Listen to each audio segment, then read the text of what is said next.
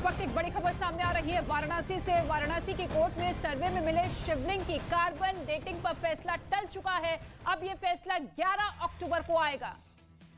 ज्ञानवापी सर्वे मामले में कोर्ट ने अपना फैसला सुरक्षित रखा था और आज मुकर्रर तारीख की गई थी, लेकिन आज भी कोर्ट ने अपना फैसला नहीं सुनाया और अब अगली तारीख 11 दे दी गई है।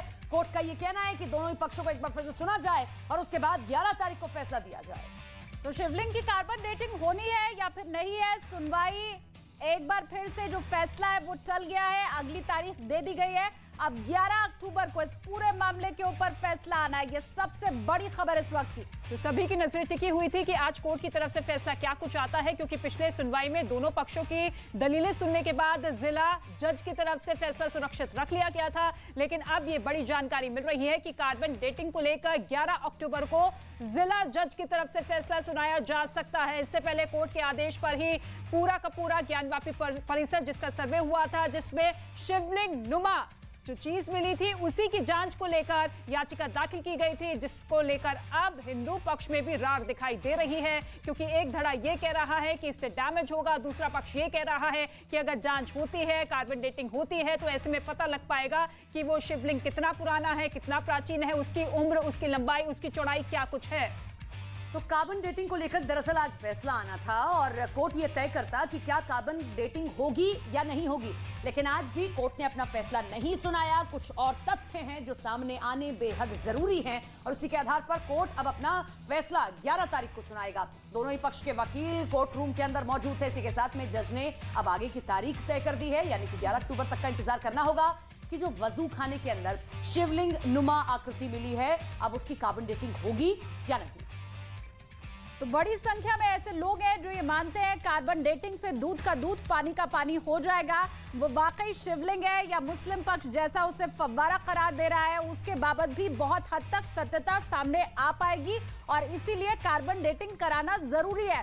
उम्मीद ये की जा रही थी क्योंकि फैसले की तारीख आज दी गई थी, तो आज फैसला आ जाएगा, लेकिन एक बार फिर से इस फैसले को 11 अक्टूबर तक के लिए टाल दिया गया। मेरे सहयोगी अमित सिंह इस वक्त वाराणसी से जुड़े हुए हैं। अमित, क्या अपडेट है? 11 अक्टूबर तक के लिए फैसला टाल दिया गया है, कोर्ट में हुआ क्या आज? देखिए 11 अक्टूबर को भी अब फैसला नहीं आएगा, लेकिन आज जो है वो फैसले की घड़ी थी। आज तारीख मुकर्रर की गई थी फैसले के लिए, लेकिन जज साहब जैसे ही आए तो उन्होंने पढ़ना शुरू किया तो उसमें था तमाम क्वेरीज थी अभी जज साहब को लेकर। और जो जज साहब ने कोर्ट रूम में कहा, सीधे हम बात कर लेते हैं मदन मोहन जो कि हिंदू पक्षकार के वकील है। ये बताइए, जज साहब पढ़ना शुरू किए, उन्होंने कुछ क्वेरी बता दी अपनी, जिस पर हिंदू पक्षकार की तरफ से कहा गया, उसका जवाब दिया गया, लेकिन मुस्लिम पक्षकार ने समय मांग लिया। क्या था, क्या हुआ दरअसल?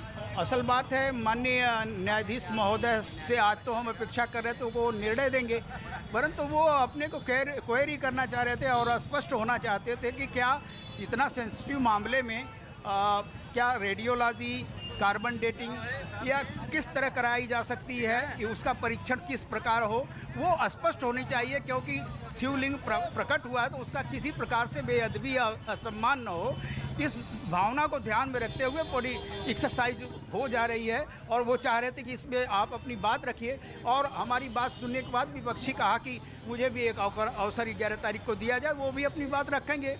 उसके बाद अगर हमें लगता है कि उन्होंने कुछ क्रूशियल, कुछ बड़ी बात कह दी तो उसका काउंटर हम देंगे। अब 11 अक्टूबर को मुस्लिम पक्षकार की तरफ से जवाब दिया जाएगा कोर्ट परिसर। जी, वो अपनी बात रखेंगे, जवाब नहीं है, क्योंकि ऑलरेडी उनका एक इस विषय पर जवाब आ चुका है, परंतु उसमें वो कुछ परिमार्जन करेंगे, कुछ और भी बातें ऐड करेंगे। तो ये आशा है कि वो 11 तारीख की अपनी बात रखेंगे, उसमें कुछ मंथन करेंगे। उसके बाद फैसले के लिए अलग से डेट आएगी। हाँ जी, फैसले का उसके बाद ही कोई तिथि निर्धारित की जाएगी। मौजूद है, जरा एक चीज और क्लियर कर लीजिए कि ये जो चीजें हैं, जो सवाल किए गए हैं जज की ओर से, ये किससे किए गए? क्या हिंदू पक्ष से कहा गया कि आप और चीजें लाइए सामने कि आप किस आधार पर कह रहे हैं कार्बन डेटिंग होगी? क्योंकि जिसका जिक्र कर रहे हैं मदन जी भी कि अगर रेडियोलॉजी होती तो कहीं शिवलिंग को वाकई नुकसान ना हो, जिसका जिक्र किया जा रहा है, तो किससे जवाब मांगा गया, हिंदू पक्ष या मुस्लिम पक्ष? ये जो आज क्वेरी थी जज साहब की, तो ये जवाब जो वो चाह रहे थे, किससे चाह रहे थे कार्बन डेटिंग को लेकर, हिंदू पक्ष से या मुस्लिम पक्ष से? आज सबसे बड़ी बात है क्योंकि हमारे ही वादी नंबर 1 इस पे आपत्ति उठाए थे और विपक्षी मुस्लिम पक्ष ने भी कहा था कि नहीं, इस विषय पर कोई कार्बन डेटिंग या कोई छेड़छाड़ वहाँ पे नहीं होना चाहिए। तो 20 मई का एक ऑर्डर माननीय सुप्रीम कोर्ट का आया हुआ था, उसके आलोक में माननीय न्यायाधीश ने कहा कि नहीं, इसको सुना जा सकता है, एंटरटेन किया जा सकता है। इसलिए कोई उन्होंने किससे मांगा था? आज जो क्वेरी थी आज के विषय पर वही आगे बता रहे हैं। इस विषय पर माननीय न्यायाधीश महोदय ने हिंदू पक्ष से स्पष्ट करना चाहा कि एक एक बिंदुओं पर क्लियर करिए कि आप कार्बन डेटिंग कराएंगे, राडार पेनेट्रेटिंग, तो क्या उस शिवलिंग प्रकट है, उससे कहीं छेड़छाड़ तो नहीं, उसका सम्मान तो नहीं होगा, इस विषय पर वो स्पष्ट होना चाह रहे हैं। यानी हिंदू पक्षकार से सीधे उन्होंने आज जवाब किया जो क्वेरी थी। जैसा मैं एक बार आपको कोर्ट के बाहर की हलचल दिखा देता हूँ। देखिए, इस वक्त सभी पक्षकार जो हैं वो इस वक्त बाहर निकल चुके हैं कोर्ट से, और देखिए किस तरीके से कोर्ट के बाहर की हलचल है। यहाँ पर देख सकते हैं आप तस्वीरों में। देखिए, दरअसल राखी सिंह जो कि हिंदू पक्षकार की तरफ से थी और मुस्लिम पक्षकार ने कार्बन डेटिंग को लेकर सवाल उठाया था, कहा था कि कार्बन डेटिंग नहीं किया जा सकता है, इससे जो आकृति मिली है शिवलिंग नुमा उसको नुकसान हो सकता है। तो इसी विषय पर, इसी को लेकर संशय था जज साहब को, और जो आज फैसले का डेट था वो आज उन्होंने कहा कि पहले हम बिल्कुल, और ये हलचल सुबह से ही बनी हुई है, जिस तरीके से लगातार तस्वीरें निकलकर सामने आ रही है। लेकिन अमित से एक चीज और जानना चाहेंगे, क्योंकि जिला जज की तरफ से ये कहा गया है कि देखिए बेहद संवेदनशील मामला है और ऐसे में जो भी फैसला होना चाहिए वो सहजता के साथ होना चाहिए ताकि किसी भी पक्ष की भावनाओं को ठेस ना पहुंचे। तो ऐसे में जो 11 तारीख मुकर्रर की गई है, क्या उस दिन सुनवाई होगी, फैसला नहीं आएगा, सुनवाई के बाद फिर अगली तारीख तय की जाएगी कि कब शिवलिंग को लेकर जिला कोर्ट की तरफ से फैसला आए? देखिए, बिल्कुल 11 तारीख को मुस्लिम पक्षकार अपनी दलीलें रखेंगे। देखिए, इस वक्त हमारे साथ राखी सिंह के वकील शिवम गौड़ यहाँ पर मौजूद हैं और इन्होंने सवाल उठाया था कि कार्बन डेटिंग नहीं होनी चाहिए। आज जज साहब जो आपने सवाल उठाया था वही जज साहब ने क्वेरी उठाई है। हिंदू पक्षकार जो बाकी आपके चारों याचिकाकर्ता थे महिलाएं, उनसे सवाल पूछा है। क्या हुआ दरअसल? देखिए, ऐसा राकेश सिंह की तरफ से दलील रखी गई थी कि कार्बन डेटिंग यदि की जाती है शिवलिंग की, और वही डिमांड है, तो ऐसी सूरत में किसी भी तरह का नुकसान यदि होता है तो कार्बन डेटिंग ना किया जाए। अन्य साइंटिफिक इन्वेस्टिगेशन यदि की जाती है जिससे किसी तरह का नुकसान या किसी तरह का कोई नया ऑल्ट्रेशन शिवलिंग में नहीं होता है तो राखी सिंह उसका समर्थन करती है। और आज उसी चीज़ को कोर्ट ने भी सीख किया, तो कोर्ट में इनका क्लैरिफिकेशन था, एक एडमिट इन्होंने किया, एडमिशन किया कि यदि किसी तरह का हार्म कॉज होता है तो कार्बन डेटिंग ना किया जाए, कोई और प्रक्रिया इस्तेमाल में लाई जाए। उसके साथ ये भी इन्होंने एडमिट किया कि जो पत्थर है, शिवलिंग का जो पत्थर है, किसी भी पत्थर की कार्बन डेटिंग पॉसिबल ही नहीं है। तो इस चीज़ को, दोनों चीज़ों को, राकेश सिंह की जो डिमांड्स थी, आज उन दोनों बातों को वादी संख्या 2 से 5 ने एडमिट कर लिया है। तो किसी तरह का विवाद नहीं है। तो अभी पूरे मामले में और ज्यादा स्पष्टता होना बाकी है। 11 अक्टूबर को मुस्लिम पक्ष अब अपनी दलील रखेगा और दोनों पक्ष को एक बार फिर से सुनने के बाद आगे फैसला कोर्ट की तरफ से दिया जाएगा। लेकिन 11 अक्टूबर को अब इस पूरे मामले की अगली सुनवाई होनी है। इसके साथ ही आपको बता दें, ज्ञानवापी मामले में कार्बन डेटिंग की जांच पर फैसला 11 अक्टूबर को होना है। और अब आपको बताते हैं कि आखिर कार्बन डेटिंग या रेडियो कार्बन डेटिंग क्या है। दरअसल ये वस्तु की उम्र जांचने की एक तकनीक होती है। हालांकि कार्बन डेटिंग से सटीक उम्र का पता लग जाए ये जरा मुश्किल है। कार्बन डेटिंग से अनुमानित उम्र का पता लग पाता है। जीवित चीजों में विभिन्न रूपों में कार्बन होता है और कार्बन डेटिंग केवल उन्हीं चीजों को ही हो सकता है जिसमें कभी कार्बन रहा हो।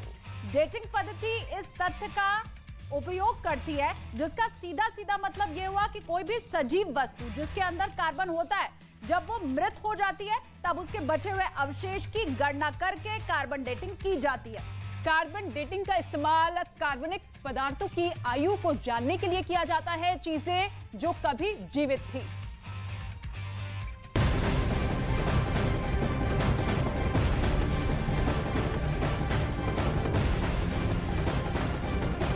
इसी बीच बड़ी खबर आपको बता दें, दरअसल चुनाव आयोग ने कानून मंत्रालय के सामने एक प्रस्ताव रख दिया है कि एक सीट पर एक व्यक्ति ही चुनाव लड़े। इस प्रस्ताव पर नए सिरे से भेजा गया है जिस पर कानून मंत्रालय को विचार करना है। चुनाव आयोग ने मांग की है कि सिर्फ एक ही सीट पर चुनाव लड़ने की इजाजत मिल पाए। पहली बार चुनाव आयोग ने ऐसा प्रस्ताव साल 2004 में भेजा था, लेकिन उस पर कुछ भी नहीं हो सका और अब चुनाव आयोग ने नए सिरे से ये प्रस्ताव फिर से भेज दिया है। तो बड़ी खबर इस वक्त की आपको हम बता रहे हैं, एक सीट पर सिर्फ एक व्यक्ति चुनाव लड़ पाए, ये नया प्रस्ताव चुनाव आयोग ने भेजा है। इस पूरी खबर पर ज्यादा जानकारी के लिए चलते हैं हमारे सहयोगी नीरज के पास, जो कि चुनाव आयोग का प्रस्ताव आपको बताते हैं। न्यूज 18 इंडिया पर इस वक्त की बड़ी खबर, देश के नंबर 1 न्यूज चैनल पर आपको बता दें कि चुनाव आयोग ने एक बड़ा प्रस्ताव कानून मंत्रालय को भेजा है और इस प्रस्ताव में मांग की गई है कि एक व्यक्ति को सिर्फ एक सीट से चुनाव लड़ने का अधिकार दिया जाए। मौजूदा में एक व्यक्ति एक से अधिक लोकसभा सीट यानी 2 लोकसभा सीट पर चुनाव लड़ सकता है, एक से अधिक विधानसभा सीट, एक से अधिक राज्यसभा सीट और एक से अधिक विधान परिषद की सीट से चुनाव लड़ सकता है। लेकिन चुनाव आयोग ने मांग की है कानून मंत्रालय से कि सिर्फ एक सीट पर चुनाव लड़ने का अधिकार दिया जाए और इससे जुड़ा बदलाव कानून में किया जाए। जनप्रतिनिधित्व कानून 1951 में इस प्रस्ताव से जुड़ा बदलाव करना होगा और सरकार से इस पूरे मामले में चुनाव आयोग की चर्चा भी चल रही है। और इस पूरे मामले के ऊपर बीजेपी का क्या कहना है वो भी आपको सुनाते हैं। इलेक्शन कमीशन ने एक सुझाव जो है वो सरकार के पास भेजा है, जिसमें ये कहा जा रहा है कि एक सीट पर एक ही व्यक्ति लड़े। इससे पहले भी ये मामला गया था, लेकिन सरकार को फिर से ये भेजा गया प्रस्ताव। बतौर एमपी आप इस पे क्या राय रखते हैं? अब ये तो चुनाव आयोग का एक विषय है, हमारी पार्टी जल्दी इस पे अपना मत देगी।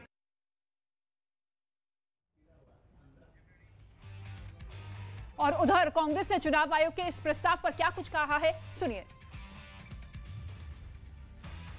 ये प्रस्ताव मेरे ख्याल से ये ऐसा है जिसको पार्टियों को सोचना चाहिए गंभीरता से, क्योंकि इसमें कुछ तर्क भी है। कुछ लोग कहते हैं कि भाई इस तरीके से आप अंकुश नहीं लगा सकते लोकतंत्र में, लेकिन मेरा ये कहना है कि भाई अगर व्यक्ति 2 जगहों से लड़ता है और कभी कभी ऐसा होता है कि दोनों जगहों से जीतता है, तो बिना किसी जरूरत के एक बाई इलेक्शन होता है और कारण होते हैं। तो मेरे ख्याल से एक तर्क है, एक अच्छा रीजन है इलेक्शन कमीशन का इस बात को रेकमेंड करने के लिए।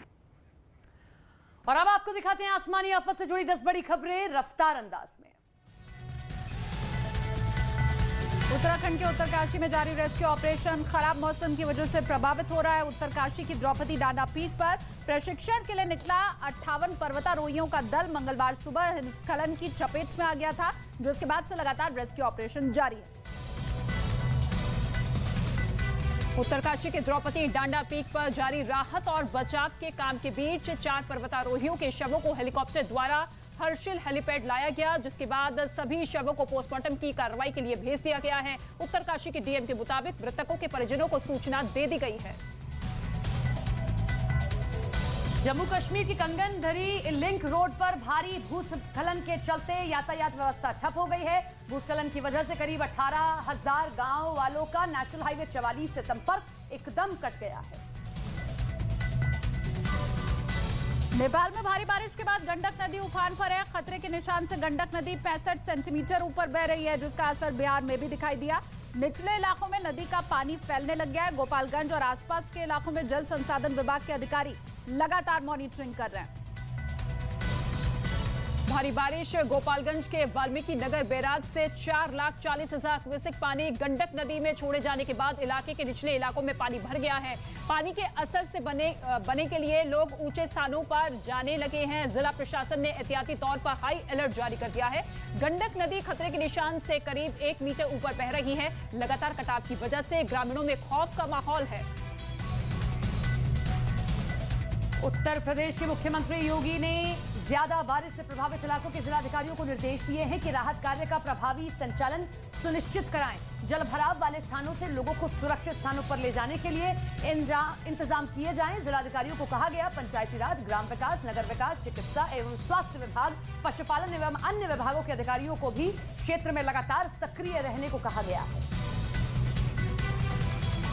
पीलीभीत में बारिश किसानों की फसलों पर आफत बनकर टूट पड़ी है। तेज हवा के साथ भारी बारिश से किसानों की फसलों को बड़ा नुकसान हुआ है। बारिश की वजह से तैयार धान की फसलें गिरकर तबाह हो गई हैं। खेतों में जलभराव की वजह से फसलें सड़ने के कगार पर पहुंच चुकी हैं। खेतों में किसान गिरी फसल को ठीक करने की कोशिश में जुटे हुए हैं, लेकिन लगातार बारिश से नुकसान बढ़ता जा रहा है। बहराइच के गोपिया बैराज पर बढ़ते जलस्तर के बीच हाई अलर्ट सायरन लगातार बज रहा है। गोपिया बैराज में जलस्तर खतरे के निशान को पार कर चुका है। इलाके के सीमावर्ती गांव में बाढ़ का पानी लगातार घुस रहा है। दर्जनों गांवों की सड़क जलमग्न हो चुकी है। 3 दिन की बारिश और नेपाल की नदियों से आने वाले पानी ने गांव के हजारों ग्रामीणों की मुश्किलें बढ़ा दी है।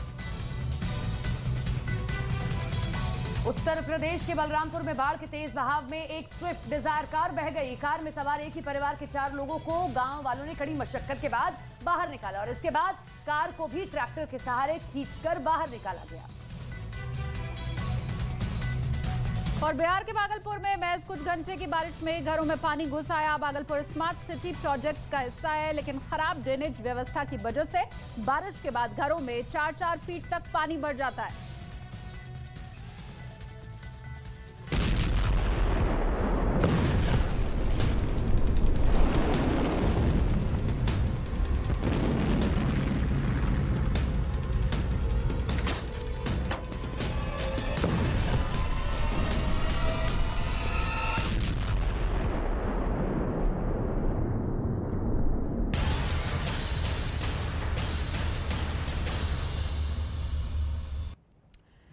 और यूक्रेन के बीच चल रही जंग इस वक्त सबसे नाजुक पड़ाव पर आ चुकी है। आशंका यह जताई जा रही है कि कभी भी पुतिन की सेना यूक्रेन के खिलाफ कम ताकत वाले परमाणु हथियारों का इस्तेमाल कर सकती है।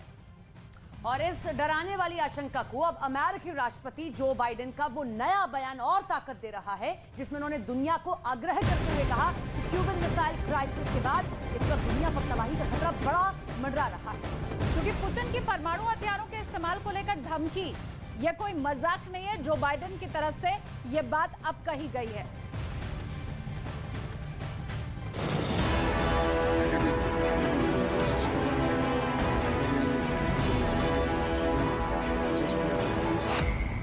बाइडेन की सबसे बड़ी चेतावनी।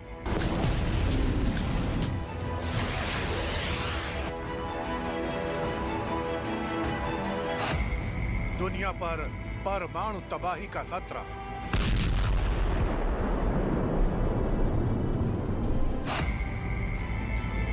खुल गया पुतिन का न्यूक्लियर ब्रीफकेस।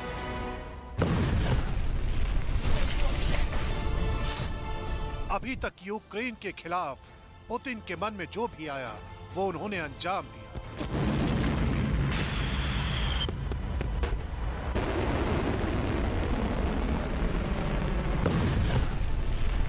अभी तक पुतिन ने यूक्रेन को घुटनों के बल लाने के लिए हर हथियार का इस्तेमाल किया है।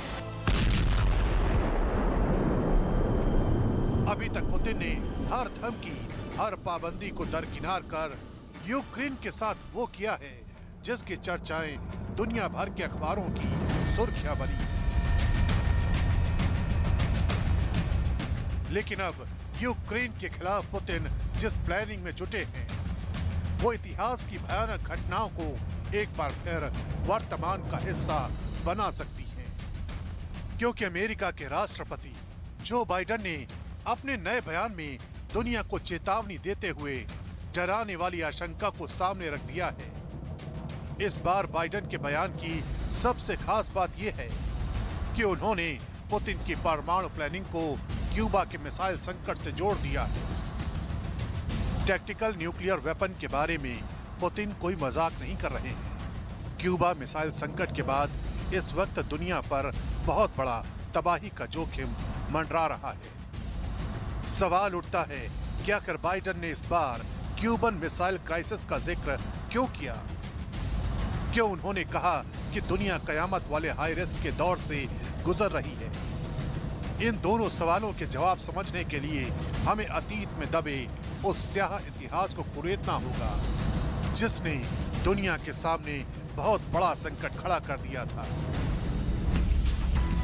दरअसल 1962 में शीत युद्ध के दौरान दुनिया परमाणु युद्ध के मुहाने पर पहुंच गई थी, क्योंकि 14 अक्टूबर 1962 को अमेरिका के एक जासूसी विमान को ये पता चला था कि क्यूबा में सोवियत संघ ने परमाणु मिसाइलों को तैनात कर दिया है।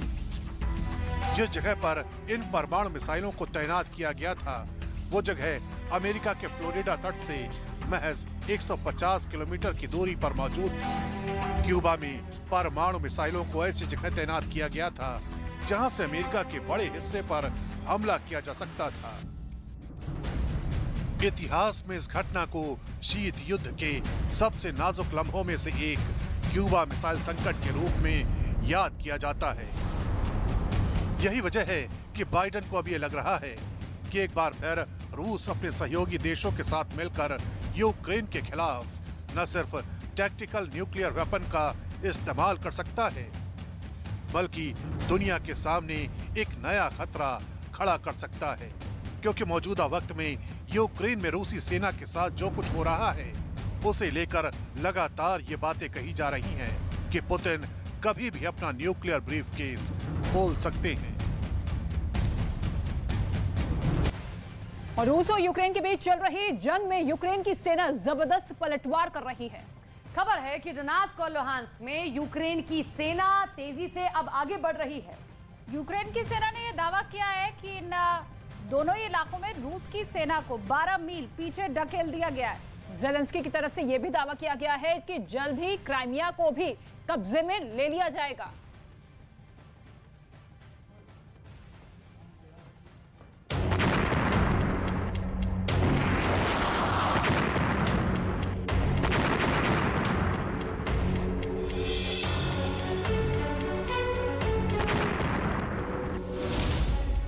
जंग, तबाही, कब्जा, जीत, हार।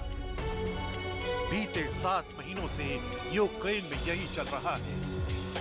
चारों तरफ सिर्फ और सिर्फ बारूद की गंध महक रही है और बर्बादी का मंजर दिखाई दे रहा है। जंग में कई इलाकों में जीत का दावा करने वाले रूस को कई मोर्चों पर मात खानी पड़ी। रूस के कब्जे वाले इलाके में जंग तेज।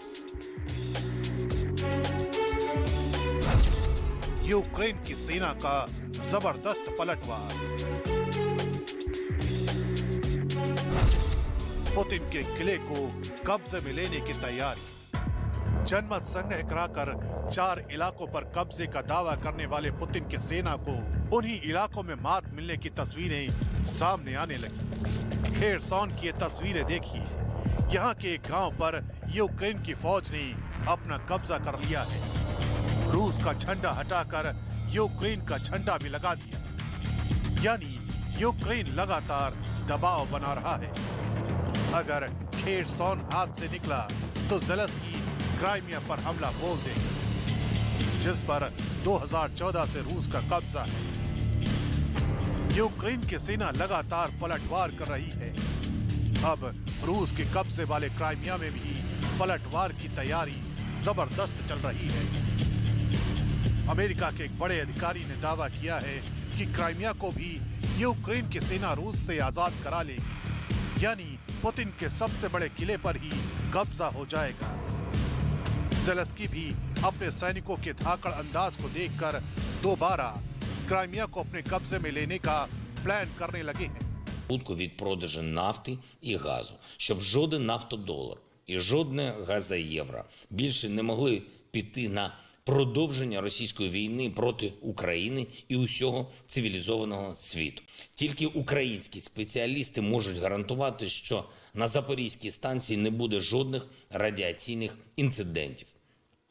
І було важливо почути від пана Гросі, що міжнародне जनमत संग्रह कराकर यूक्रेन के 4 इलाकों को अपने कब्जे में करने वाले पुतिन के लिए यही इलाके चुनौती बन चुके हैं।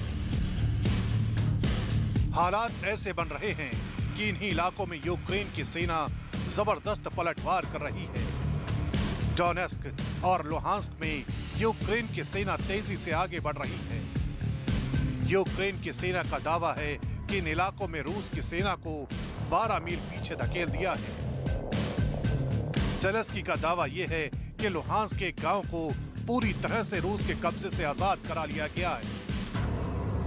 खेरसॉन में भी कुछ गांवों को रूस के कब्जे से मुक्त कराने का दावा किया गया है। यानी जिन इलाकों में अभी तक रूस की सेना कब्जे का जश्न मना रही थी, अब उन्हीं इलाकों में पलटवार कर रही यूक्रेन की सेना से मुंह की खानी पड़ रही है। час від 1 жовтня і тільки на Херсонщині від російського псевдореферендуму було звільнено і стабілізовано понад 5000 квадратних кілометрів території і десятки населених пунктів. Є успіхи і на східному напрямку. Обов'язково настане день, коли ми прозвітуємо про успіхи. इन इलाकों में रूस की मजबूरी भी है, क्योंकि यहाँ रूस के नागरिकों की संख्या ज्यादा है और रूस को वो समर्थन करते हैं। शायद इसीलिए इन इलाकों में रूस किसी भी बड़े मिसाइल अटैक करने से बच रहा है। Я всю жизнь был в России. Здесь была Россия.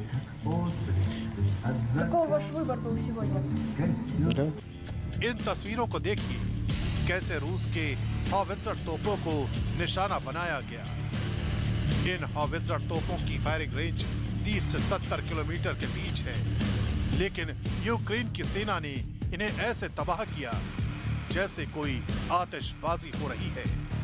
जंग में यूक्रेन की सेना जिस तरह से पलटवार कर रही है, जिस तरह से रूस के सैनिकों की हार हो रही है, शायद इन्हीं वजहों से पुतिन ने बौखलाकर परमाणु युद्ध की धमकी दे दी थी। यूक्रेन में रूस के पस्त सैनिकों के ऐसे हालात देखकर आशंका जताई जा रही है कि कहीं पुतिन परमाणु हमला न कर दे। और वही रूस यूक्रेन युद्ध के ऊपर बहुत बड़ी खबर इस वक्त की मिल रही है। जेलेंस्की की तरफ से एक भड़काऊ बयान दिया गया है। जेलेंस्की की ओर से दरअसल नाटो को रूस पर हमला करने की सलाह दे दी गई है। जेलेंस्की के बयान पर रूस का ये बड़ा आरोप अब सामने आया है। जेलेंस्की तीसरा विश्व युद्ध चाहते हैं, ये सीधे तौर पर पुतिन की तरफ से कहा गया है। तो जेलेंस्की की ओर से नाटो को कहा जा रहा है कि वो भी परमाणु हमले की तैयारी करे, लेकिन अब रूस इस पर पलटवार करते हुए कह रहा है कि क्या जेलेंस्की तीसरे विश्व युद्ध चाहते हैं।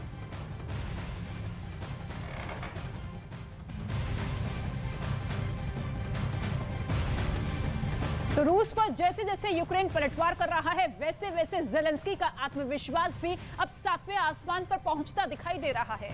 लेकिन इसी आत्मविश्वास ने जेलेंस्की के लिए अब एक नई मुसीबत खड़ी कर दी है। जेलेंस्की ने बयान ये दिया है कि रूस के परमाणु हमले से पहले नेटो देशों को ही उस पर स्ट्राइक कर देनी चाहिए। दावा ये किया जा रहा है कि जेलेंस्की के इस बयान के बाद रूस बुरी तरीके से भड़क गया है। Обов'язково настане день, коли ми прозвітуємо про успіхи, контролюються окупантами. Настане день і жодне газоєвро. रूस पर जेलेंस्की का भड़काऊ बयान।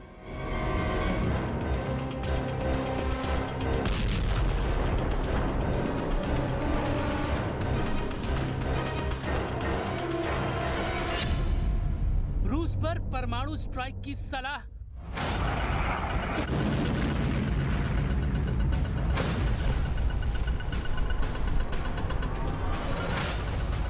रूस के मैदान में परमाणु घमासान। दुनिया के सामने पहले ही परमाणु हमले का खतरा दस्तक दे रहा है और अब यूक्रेन के राष्ट्रपति वोलोदिमीर जेलेंस्की के नए बयान ने न्यूक्लियर वॉर पर नया घमासान मचा दिया है। Європейський Союз рухається до इस नए घमासान की स्क्रिप्ट को समझने के लिए जेलेंस्की के बयान को समझना जरूरी है। रूस की तरफ से परमाणु हमला हो उससे पहले नेटो देशों को आगे आकर स्ट्राइक कर देनी चाहिए। यानी जेलेंस्की सीधे सीधे नेटो देशों को उस युद्ध का न्योता दे रहे हैं जिस युद्ध की कल्पना भर से दुनिया कांप जाती है। और यही वजह है कि जेलेंस्की के बयान की न सिर्फ वैश्विक आलोचना हो रही है, बल्कि रूस को भी यूक्रेन पर आरोप लगाने का मौका मिल गया है। रूस की तरफ से जेलेंस्की के बयान को टारगेट करते हुए आरोप लगाया गया है कि जेलेंस्की तीसरे विश्व युद्ध को न्योता दे रहे हैं।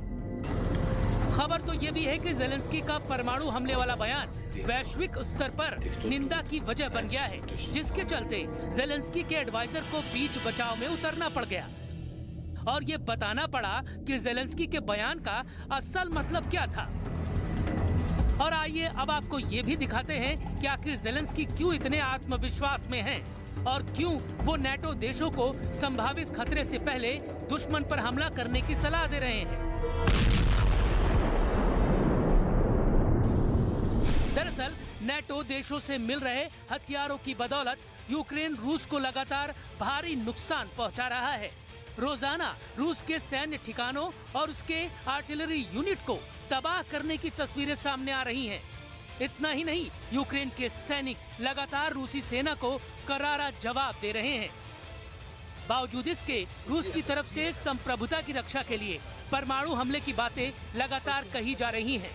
यही वजह है कि जेलेंस्की के तेवर भी हाई हो गए हैं और वो नेटो देशों को रूस के खिलाफ स्ट्राइक करने की सलाह दे रहे हैं। запровадження 8-го пакету санкцій проти Росії. रूस यूक्रेन के बीच चल रही जंग के बीच बहुत बड़ी खबर आ रही है। परमाणु बम का नया ठिकाना अब पोलैंड बन रहा है। बड़ी खबर यह है कि पोलैंड में पुतिन की धमकी के बाद अब हाहाकार मचा हुआ है। पोलैंड ने अमेरिका से परमाणु बम की डिमांड कर दिया है। पोलैंड ने अमेरिका से एटम बम मांगा है क्योंकि पोलैंड को रूस से खतरा दिख रहा है। यानी कि पोलैंड अब परमाणु बम का नया ठिकाना बनने जा रहा है। और पोलैंड यूक्रेन का मददगार भी है। तो पोलैंड ने अमेरिका से एटम बम मांगा है और ऐसे में सबसे बड़ी बात और महत्वपूर्ण चीज यही है कि पोलैंड यूक्रेन का भी मददगार है। और जिस बात का जिक्र ज़ेलेंस्की कर रहे हैं नाटो से कि क्या इस तरीके से परमाणु बम का हमला करना चाहिए,